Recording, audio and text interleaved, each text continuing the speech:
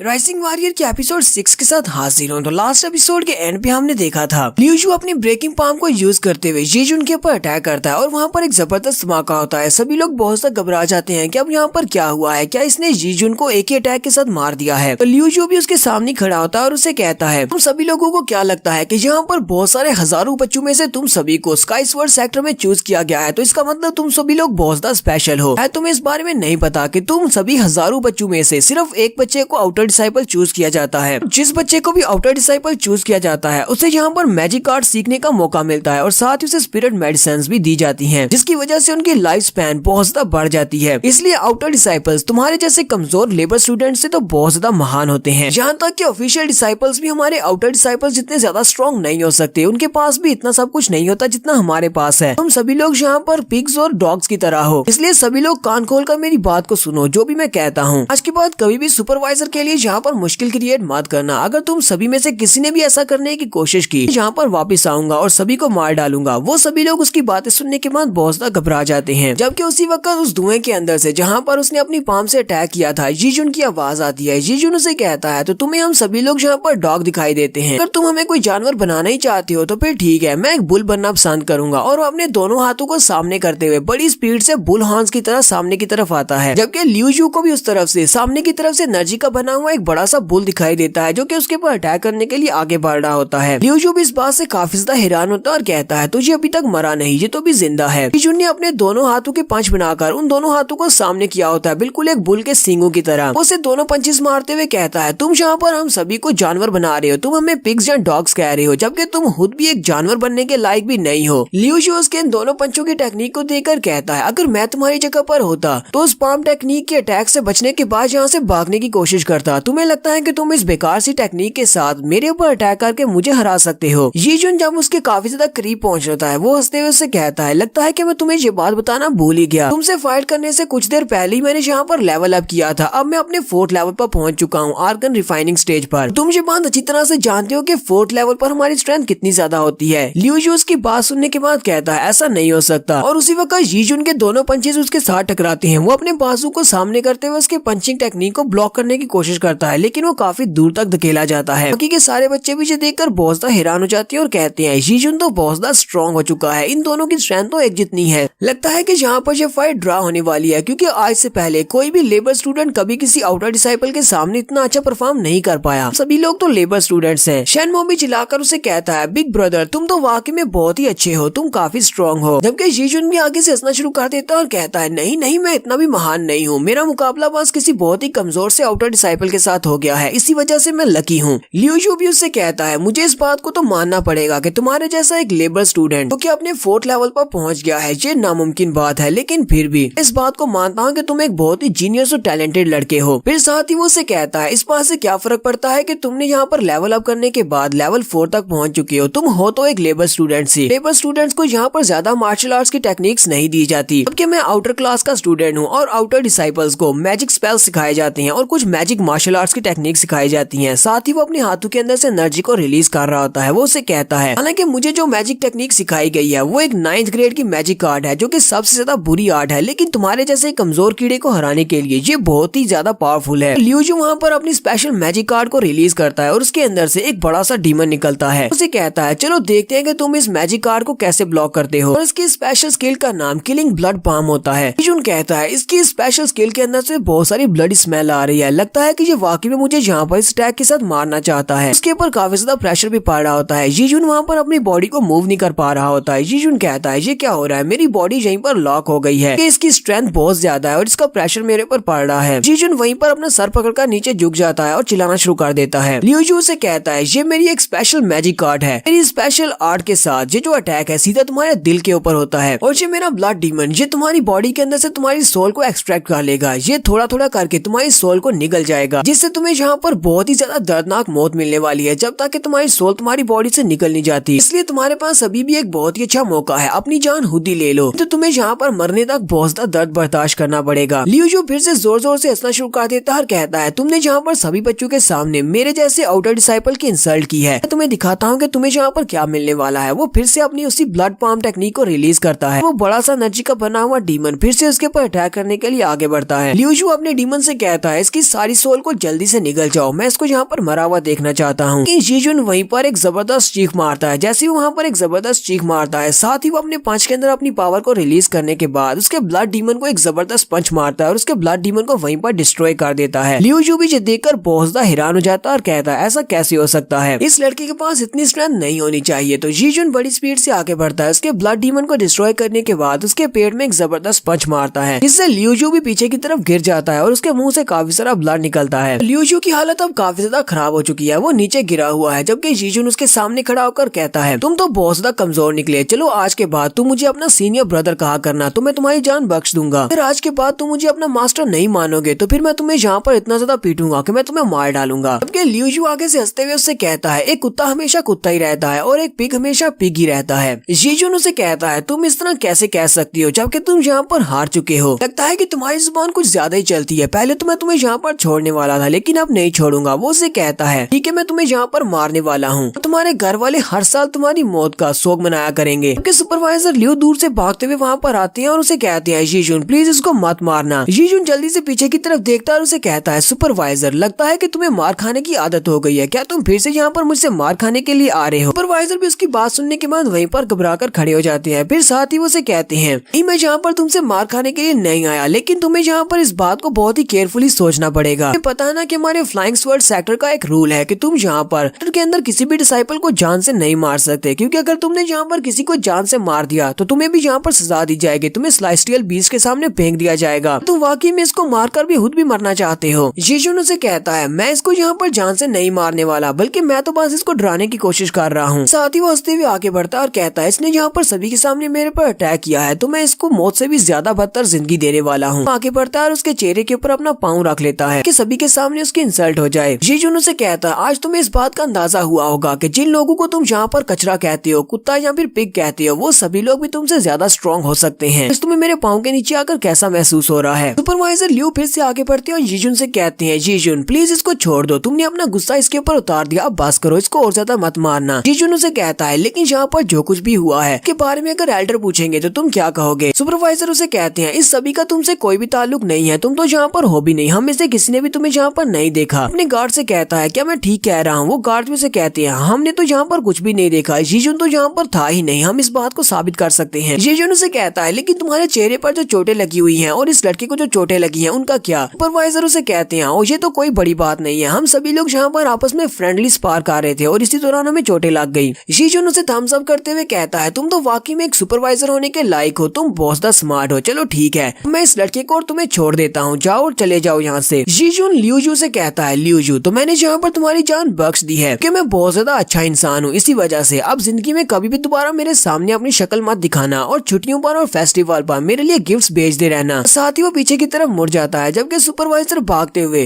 जीजू के पास आते हैं और उसे कहते हैं क्या तुम ठीक हो। जीजुन दूसरी तरफ जा रहा था और उन्हें कहता है जाओ जाकर इसके लिए डॉक्टर ढूंढो, कहीं ऐसा ना हो कि ये यहीं पर ट्रॉमा की वजह से मर जाए और फिर मुझे भी सजा मिले। जीजुन जैसे वहाँ से जा रहा होता है उसी वक्त उसे पीछे आसमान में फ्लेयर का साइन दिखाई देता है। वो पीछे की तरफ देखता है, लियू जू ने वहाँ पर एक फ्लेयर छोड़ी होती है क्योंकि उसने यहाँ पर पनिशमेंट हाल वालों को सिग्नल दिया है ताकि वो यहाँ पर आ सके। लियू जू हंसते हुए जीजुन से कहता है जीजुन तुम्हें समझ तो आ गई होगी कि मैंने ये सिग्नल किसको भेजा है, क्योंकि तुम इसको अच्छी तरह से समझते हो। जीजुन गुस्से के साथ उसे कहता है कमीने कहेंगे ये तुमने ऐसा क्यों किया। पर जितने बच्चे होते हैं वो सभी लोग भी इस बात से बहुत ज्यादा घबरा जाते हैं और कहते हैं इसने तो जोंगलू डियान वालों को मैसेज भेजा है, इसने उन सभी को सिग्नल भेजा है और वो बहुत ही जल्दी यहाँ पर आने वाले हैं। वो सभी लोग वहाँ से भागना शुरू कर देते हैं और कहते हैं हमें इस सभी में इन्वॉल्व नहीं होता, हम यहाँ से जा रहे हैं वरना हमें भी जाकर सजा देंगे। शेनमो को इस बारे में नहीं पता होता कि ये जोंगलू डियान क्या है। वो जीजुन से पूछता है, जीजुन उसे कहता है क्योंकि यहाँ पर नए आए हो इसी वजह से तुम्हें इनके बारे में नहीं पता। मैं जोंगलू डियान के बारे में बताता हूँ। ये हमारे स्वर्ड सेक्टर में एक डिपार्टमेंट है जो कि पनिशमेंट हाल के रिलेटेड है। जहाँ पर अगर कोई भी लॉ को तोड़ता है तो वो उनको सजा देते हैं। शेनमो से कहता है ये तो बहुत ही अच्छी बात है कि लॉ एनफोर्सर्स यहाँ पर आ रहे हैं, लोग इन लोगों की शिकायत उनसे करेंगे फिर वो इन दोनों को सजा देंगे। जीजुन उसे कहता है तुम अभी बहुत ही छोटे हो, तुम्हें इस बारे में नहीं पता। वो लोग यहाँ पर इनको सजा देने के लिए नहीं बल्कि हमें सजा देने के लिए आने वाले हैं क्योंकि वो आउटर डिसाइपल के दोस्त है। इस तरह ये लोग यहाँ पर करप्ट है, हमारा सुपरवाइजर करप्ट है, इसी तरह वो लोग भी बहुत ज्यादा करप्ट है, लोग हमेशा निर्दोष को ही सजा देते हैं। लियू जू से कहता है हालांकि तुमने यहाँ पर पनिशमेंट हाल के एल्डर्स के बारे में काफी सारी बकवास कर ली है, लेकिन इस बात से क्या फर्क पड़ने वाला है, ऐसे भी तुम इस सब के बारे में किसी को बताने के लिए जिंदा नहीं बचोगे। वो यहाँ पर आते ही सबसे पहले तुम्हें सजाए मौत देंगे। जीजुन भी इस बात से काफी ज्यादा गुस्सा होता आता है और कहता है तुम सभी लोग बहुत ज्यादा कमीने हो, जबकि मैं यहाँ पर वैसे भी पनिशमेंट हाल के लोगों के हाथों से मरने वाला हूँ। तो ये तो बहुत ही अच्छा रहेगा कि अगर मैं यहाँ पर तुम्हें और सुपरवाइजर दोनों को मार डालूं। और वो गुस्से के साथ उन दोनों को मारने के लिए आगे बढ़ता है और यहीं पर हमारी एपिसोड 6 का एंड हो जाता है। एपिसोड की एक्सप्लेनेशन अच्छी लगी हो तो कमेंट करके जरूर बताइएगा। चैनल को सब्सक्राइब कर दे, वीडियो को लाइक और शेयर कर दे। शुक्रिया।